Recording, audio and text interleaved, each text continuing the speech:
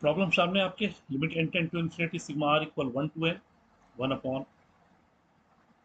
2025th root of n to the power 2025 plus r into 2025, that is 2025 r। तो आइए देखते हैं problem का सॉल्यूशन कैसे सोचा जाए। वेरिएबल r है हमारा सिग्मा के लिए, और इस पूरे के लिए वेरिएबल n है, n टेंड टू इन्फिनिटी। ठीक है, सबसे पहले थोड़ा डिनोमिनेटर को सॉल्व करते हैं और इसको थोड़ा रिड्यूस करें। अगर इससे लिखा जा सकता है 1 upon n to the power 2025 plus 2025 r to the power 1 by 2025। n अगर कॉमन निकाल लें तो n का पावर 2025 तो cancel, that is 1 by n 1 plus 2025 r upon n to the power 2025 to the power 1 upon 2025। ठीक है,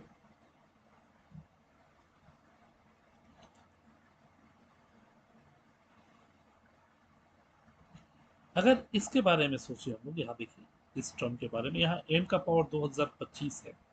और n tend to infinity है, तो n का पावर 2025 जो है बहुत तेजी के साथ बढ़ेगा, यानी ये नीचे बहुत बड़ा टर्म होता चला जाएगा और ये छोटा टर्म होगा, ये और मतलब अप्रॉक्स 0 के लिए जाएगा, यानी इसको हम लोग कह सकते हैं 1 by n, नहीं अप्रॉक्स 1 by n, यानी l का value limit n tend to infinity sigma r equal 1 to n 1 upon n, और r बराबर 1 to n है तो ये n टाइम्स जुटेगा, यानी कि n into 1 by n, that is the value will be 1। ये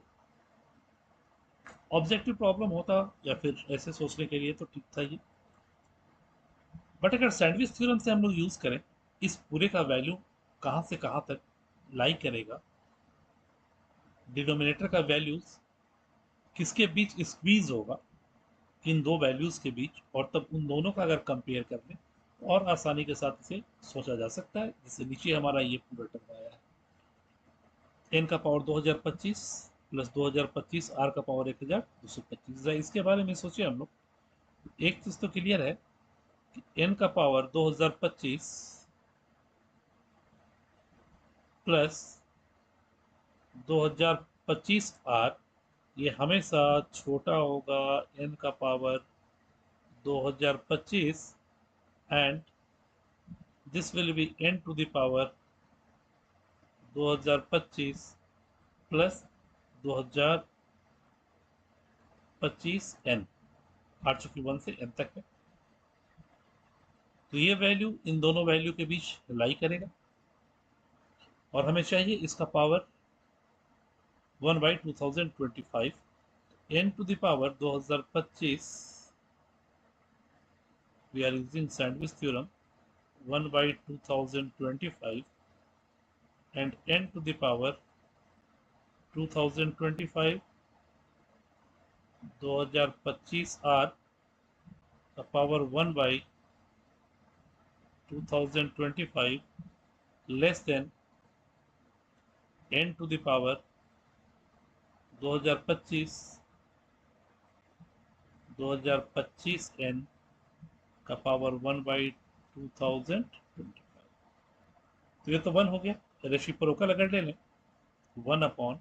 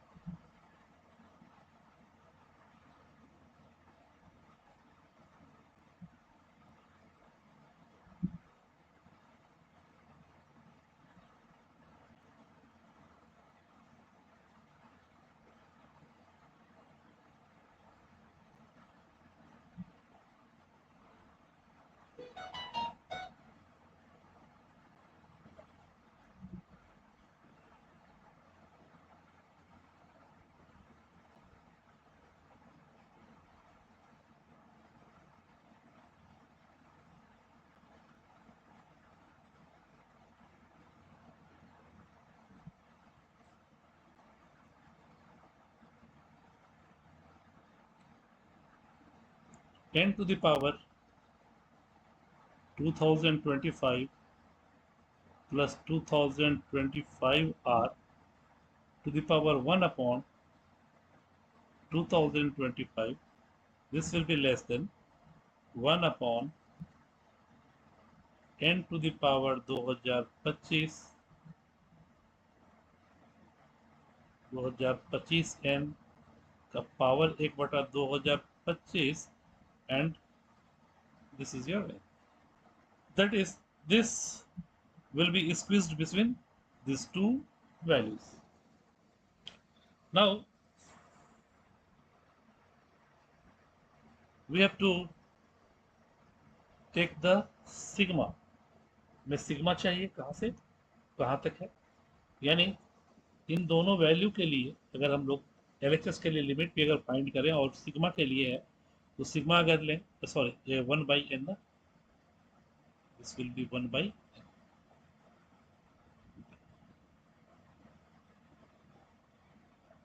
और n से हम लोग मल्टीप्लाई कर ले अगर दोनों side,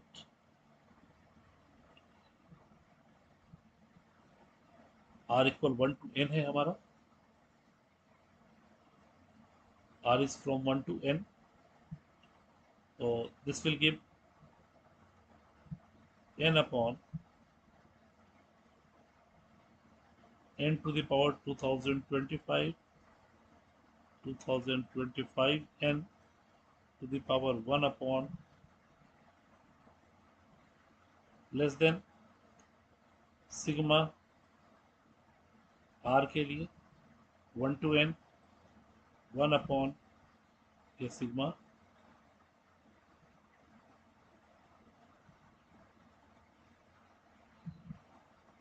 n to the power 2025 r 1/2025 and sigma अगर लगाएंगे इसमें 1/n into n and limit n tend to infinity पे जरा इसका वैल्यू निकाल लेते हैं, limit n tend to infinity, ऐसे भी r बराबर 1 to n था, r से फ्री है ये, तो यहाँ हमें इसकी जरूरत नहीं है, r वेरिएबल नहीं था इसमें, 1 to n लेंगे तो n टाइम से जुड़ता चला जाएगा, तो limit n tend to infinity n upon n to the power 2025 common निकाला, 1 plus 2025n upon n to the power 2025 1 upon 2025, ठीक है, and n to n cancel and this will tend towards 1, यानी ये कहा जा सकता है कि हमारे पास इसका वैल्यू भी 1 आया है, therefore limit n tends to infinity sigma r equal 1 to n 1 upon n to the power 2025 plus 2025 r to the power 1/2025 will be equal 1. This will be the required answer of the given question.